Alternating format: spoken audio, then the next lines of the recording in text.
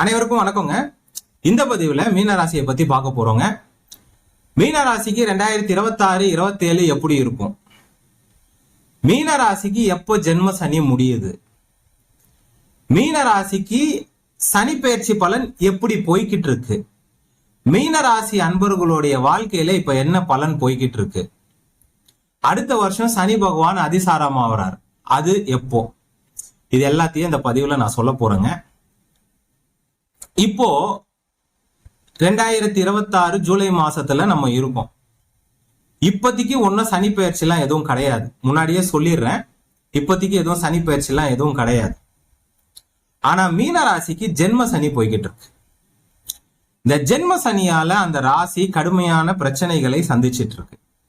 அப்படி சந்திக்கும் போது அந்த ராசியில இருக்கக்கூடிய நபர்கள், ஐயா எனக்கு எப்போ ஜென்ம சனி முடியும்னு கொஞ்சம் சொல்லுங்க, அதை தெரிஞ்சுக்கிட்டு நாங்க கொஞ்சம் நிம்மதி அடைகிறோம். எப்போ சனி பகவான் திருப்பி பயிற்சி ஆகுறாருன்னு சொல்லுங்க. இப்பதான் பயிற்சி ஆனாரு, போன வருஷம் தான் பயிற்சி ஆனாரு, அவருடைய பயிற்சி எப்போன்னு சொல்லுங்க அப்படின்னு சொல்லிட்டு நிறைய பேர் அப்பாயின்மெண்ட்லயும் சரி என்னை பார்க்கும் போதும் கேட்கக்கூடிய ஒரு பலன். சோ அதுக்குதான் சரி ஒரு இந்த விஷயத்தை தெரிய வச்சிருவோம். அடுத்த பயிற்சி எப்போ? இப்போ நீங்க ஜென்ம சனி 7.5 சனியில ஜென்ம சனி இருக்கிறீங்க. இது எப்போ உங்களுக்கு விலக போகுது? அது இன்னும் கொஞ்சம் நாள் இருக்கு. இருந்தாலும் நிறைய பேர் ரிப்பீட்டடா இப்பதான் ஜென்ம சனி ஸ்டார்ட் ஆச்சு, அது ஸ்டார்ட் ஆனதுல இருந்தே நிறைய பேர் ரிப்பீட்டடா அது கேள்வி கேட்கறதால சரி சொல்லுவோம்னு இந்த பதிவுல நான் சொல்றேன். சரிங்களா? அது கூடவே அடுத்த வருஷம் சனி பகவானோடைய அதிசார பலன் இருக்கு. அந்த பலன்ல உங்களுக்கு ஒரு மிகப்பெரிய ஒரு ரிலீஃபும் இருக்கு. அதை பத்தியும் நான் சொல்றேன். மீனராசிக்கு 2023 7.5 சனி ஸ்டார்ட் ஆச்சு. 7.5 சனி பாத்தீங்கன்னா 30 வருஷத்துக்கு ஒரு வாட்டி வரும். 30 வருஷத்துக்கு ஒரு மனிதன் ஒரு 60-65 வயசு வரைக்கும் வாழ்ந்தாருன்னா அவருடைய வாழ்க்கையில 2 வாட்டி 7.5 சனியை பார்ப்பார். இப்போ மீனராசி அனைவருக்குமே 7.5 சனி போய்கிட்டு இருக்கு. மீனராசியில புரட்டாதி நட்சத்திரம், உத்திரட்டாதி நட்சத்திரம், ரேவதி நட்சத்திரங்கள் இருக்கு. இந்த மீன ராசியில இப்போ 2023 ஸ்டார்ட் ஆன 7.5 சனி 2023, 24, 25 வரைக்கும் விரய சனியாக இருந்து இப்போ ஜென்ம சனியில நீங்க இருக்கிறீங்க. 2025 இருந்து 2025 மார்ச் மாசத்துல இருந்து இப்போ நீங்க ஜென்ம சனியில இருக்கிறீங்க. இந்த ஜென்ம சனி முடிஞ்ச பிறகு பாத சனிக்கு போவீங்க. 7.5 சனியை 3ஆ பிரிச்சிருக்காங்க. ஃபர்ஸ்ட் ஒரு 2.5 வருஷம் விரைய சனி, அடுத்த வர ஒரு 2.5 வருஷம் ஜென்ம சனி, அடுத்த வர ஒரு 2.5 வருஷம் பாத சனி, 3ஆ பிரிச்சிருக்காங்க. ஃபர்ஸ்ட் விஷயத்த கடந்துட்டீங்க, விரைய சனியை கிராஸ் பண்ணிட்டீங்க. அடுத்தது இப்போ ஜென்ம சனியில இருக்கிறீங்க. ஜென்ம சனியை கிராஸ் பண்ணிட்டாலே 7.5 சனியோடைய பெரும்பாலான அந்த கெடுபலன்கள் முடிஞ்சிடும். இப்போ நீங்க ஜென்ம சனியில ஒரு மன அழுத்தத்துல உங்களுடைய வாழ்க்கையில பலதரப்பட்ட மக்களுடைய வாழ்க்கை முறையில அவங்க வாழ்ந்துன்னு இருக்கிற வாழ்க்கையில இருப்பிடத்துல பிரச்சனைகள் உண்டாகும். அதுக்கு பேரு தான் ஜென்ம சனி. இந்த ஜென்ம சனியில இருந்து ஒரு காலகட்டத்துல வெளியே வர போறீங்க. அது எப்போன்னு கேட்டீங்கன்னா 2028 பிப்ரவரி மாசம் 24ஆம் தேதி மீனராசி அன்பர்களுக்கு ஜென்ம சனி முடியுது. இன்னும் கிட்ட 1.5 வருஷத்துக்கு மேல இருக்கு. நீங்க கேட்டதாலதான் நான் இந்த வீடியோ பண்றேன். நிறைய பேர் கிட்ட ஒரு 4 மாசத்துல ஒரு 300க்கு மேல இந்த கேள்வி நான் கேட்டிருக்கேன். ஐயா எனக்கு எப்பதான் ஜென்ம சனி முடியுது, எப்பதான் எனக்கு ஜென்ம சனி முடியுது அப்படின்னு ஏகப்பட்ட பேர் கேட்டதால அவங்களுக்காக இந்த பதிவை நான் பதிவு பண்றேன். சரிங்களா? 2028 பிப்ரவரி மாசம் 24ஆம் தேதி தான் உங்களுக்கு ஜென்ம சனி முடியுது. இன்னும் ஒரு 1.5 வருஷம் நீங்க ஜென்ம சனியில தான் இருப்பீங்க. சரியா? ஓகே. அதிசாரம் எப்ப ஆகிறாருன்றத நான் சொல்றேன். இந்த 7.5 சனி என்பது சனி பகவானால நடத்தப்படுவது. போன ஜென்மத்துல நம்ம செஞ்ச கர்மா, நிகழ்காலத்துல நம்ம செஞ்ச கர்மாவுக்கு அவர் கர்ம பலனை வெளிப்படுத்தக்கூடிய காலகட்டம். இந்த 7.5 சனி கெட்டதா நல்லதான்னு என்ன கேட்டீங்கன்னா ரொம்ப நல்லதுன்னு நான் சொல்லுவேன். ரொம்ப நல்லதுன்னு நான் சொல்லுவேன். அந்த 7.5 சனி காலகட்டத்துல நம்மளுக்கு நிறைய கெட்ட விஷயங்கள் நடக்கும், நிறைய சோதனைகள் நடக்கும், நிறைய பிரச்சனைகள் நடக்கும். ஆனா அது எல்லாமே ஒரு அனுபவமாக மாறும். நம்ம முன்னாடி செய்த வினைகள், நம்ம முன்னாடி செய்த கர்மா, போன ஜென்மத்துல செய்த கர்மா. சில மதங்கள்ல போன ஜென்மம்னு ஒண்ணு இருக்குதுன்றதையே ஒத்துக்க மாட்டாங்க. இந்து மதத்துல போன ஜென்மன்றது ஒண்ணு ஆணித்தனமா இருக்கு. இந்த ஜாதகமே போன ஜென்மத்தோடைய கணக்கு தான், போன ஜென்மத்தோடைய கண்டினியூட்டி. அந்த போன ஜென்மத்துல நம்ம செய்த கர்மா இப்ப நிகழ்காலத்துல ஒரு 20 வயசு பையன், ஒரு 20 வயசுல பையன் இருக்கானா அவனுக்கு நிகழ்காலத்துல பெரிய கர்மா இருக்காது. ஆனா ஒரு 40 வயசுல ஒருத்தர் இருக்கிறாருன்னா அவர் நிகழ்காலத்திலயும் சில கர்மா செஞ்சிருப்பாரு. ஒருத்தர் 60 வயசுல இருக்கிறாருன்னா அவர் நிகழ்காலத்துல ஒரு கர்மா செஞ்சிருப்பார். கரெக்டுங்களா? சோ போன ஜென்மத்தோடைய கர்மா, நிகழ் ஜென்மத்தோடைய கர்மா எல்லாம் சேர்ந்து 7.5 சனியில நம்மளுக்கு கர்மா இருந்தால் அது நம்மளை அஃபெக்ட் பண்ணும்.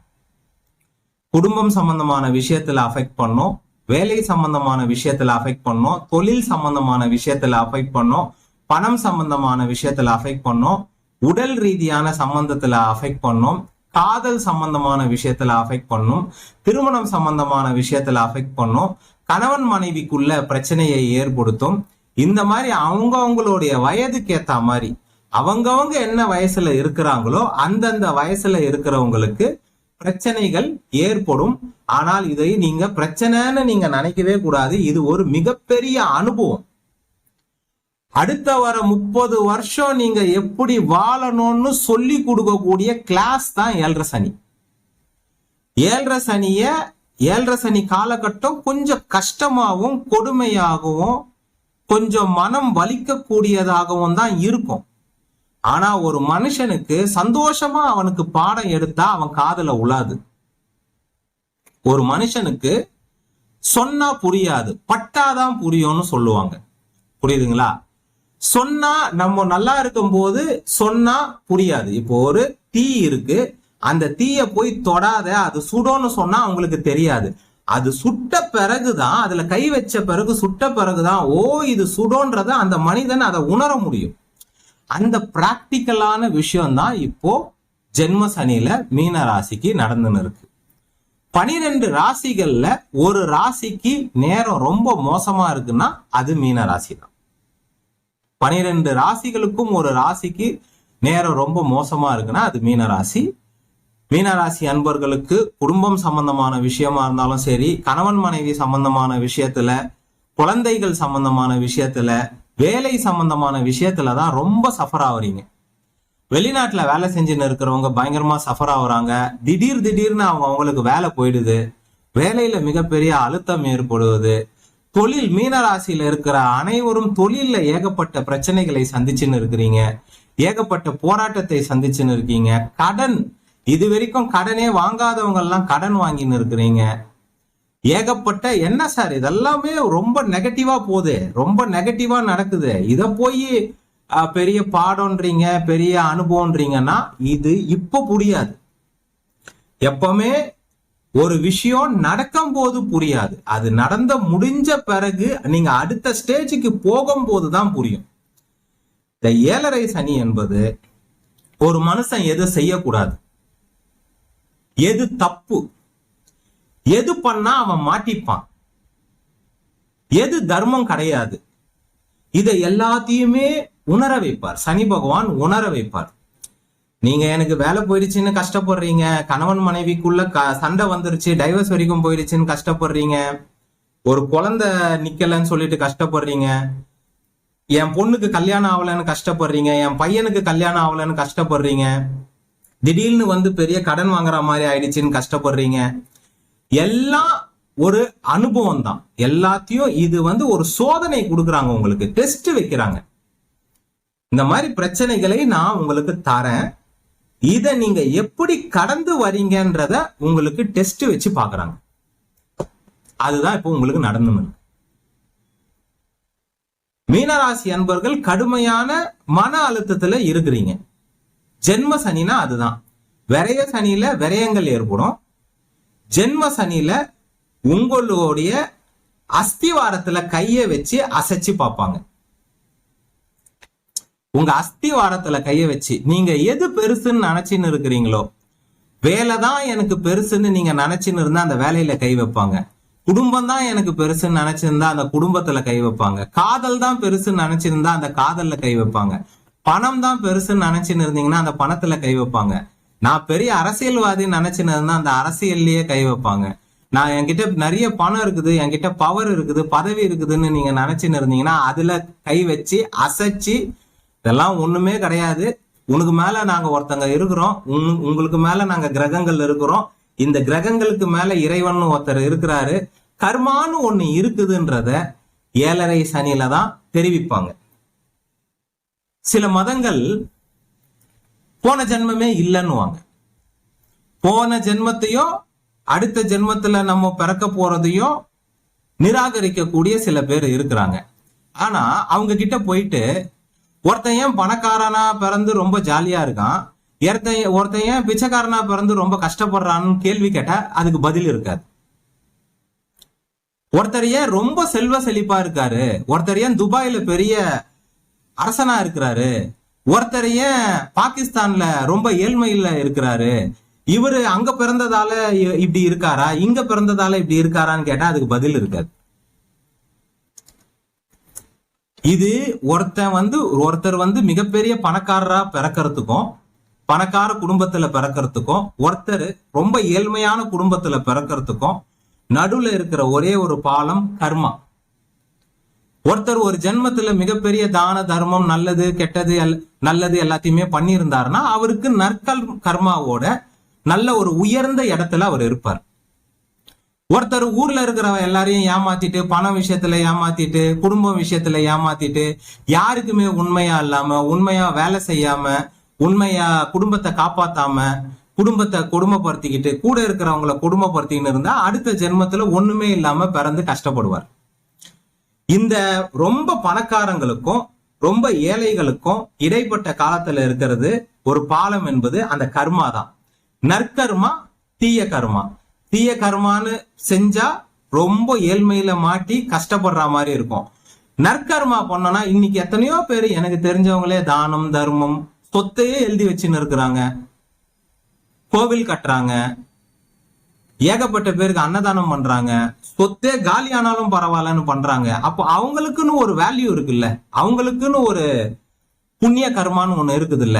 எத்தனையோ பேரை படிக்க வைக்கிறாங்க, கல்யாணம் பண்ணி வைக்கிறாங்க, தான தர்மம் பண்றாங்க. ஒருத்தங்க மலேசியாலே எனக்கு தெரியும், அவங்க சொத்தை வித்து வித்து வித்து ஒரு அநாத ஆசிரமத்தை நடத்தின்னு இருக்காங்க.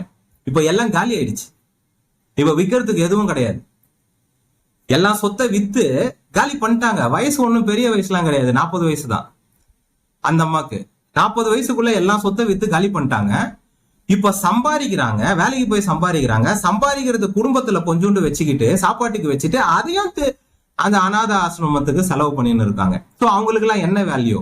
அவங்க புண்ணிய கர்மா பண்றாங்க, அடுத்த ஜென்மத்துல பெரிய லெவல்ல பிறப்பாங்க. இதுதான் விஷயம். ஸோ இந்த நல்ல கர்மா கெட்ட கர்மா இதை பேஸ் பண்ணி தான் 7.5 சனி பலனை செய்யும். இதை பேஸ் பண்ணி தான் ஒரு மனிதன் 7.5 சனியில கூட நல்லா இருப்பார், ஜென்ம சனியில கூட நல்லா இருப்பார். ஏன்னா அவருக்கு கர்மா கம்மியா இருக்கும். ஒருத்தருக்கு வேலையில பிரச்சனையே இல்லாம இருக்கும், குடும்பத்திலயும் பிரச்சனையே இல்லாம இருக்கும், ஏன்னா அவருக்கு கர்மா கம்மியா இருக்கும். ஆனால் 7.5 சனியில பிரச்சனையே இல்லாம இருக்கிறவங்க ஒரு 100ல ஒரு 7%, 5% சொல்லலாம். மிச்சம் இருக்கிற எல்லாருமே ஜென்ம சனியிலையும் 7.5 சனியிலையும் கடுமையான கெடுபலனை அனுபவிப்பாங்க. அவங்களுக்கு என்ன வயசோ, சின்ன பையனுக்கு எங்க பிரச்சனை வரும், படிப்புல பிரச்சனை வரும், காதல்ல பிரச்சனை வரும், வேலை கிடைக்கிறதுல பிரச்சனை வரும், கல்யாணம் ஆவறதுல பிரச்சனை வரும். ஒரு பொண்ணுக்கு எங்க பிரச்சனை வரும், காதல்ல பிரச்சனை வரும், வேலை கிடைக்கலையேன்னு பிரச்சனை வரும், கவர்மெண்ட் வேலை கிடைக்கலையேன்னு பிரச்சனை வரும், கல்யாணம் ஆனவங்களுக்கு கணவன் மனைவிக்குள்ள பிரச்சனை வரும், குழந்தை பிறக்கலையேன்னு பிரச்சனை வரும், வேலை போயிடுச்சேன்னு பிரச்சனை வரும், தொழில் பண்ணின்னு இருக்கிறவங்களுக்கு தொழில் நஷ்டமாகுதேன்னு பிரச்சனை வரும், தொழில் ஓடலையேன்னு பிரச்சனை வரும். கொஞ்சம் வயசானவங்களுக்கு பையனுக்கு கல்யாணம் ஆகலையே, பொண்ணுக்கு கல்யாணம் ஆகலையே, ஒரே ஹெல்த் இஷ்யூஸ் இருக்கு, பிபி இருக்குது, சுகர் இருக்குது, கால் வலிக்குது, கை வலிக்குதுன்னு அவங்களுக்கு பிரச்சனையா இருக்கும்.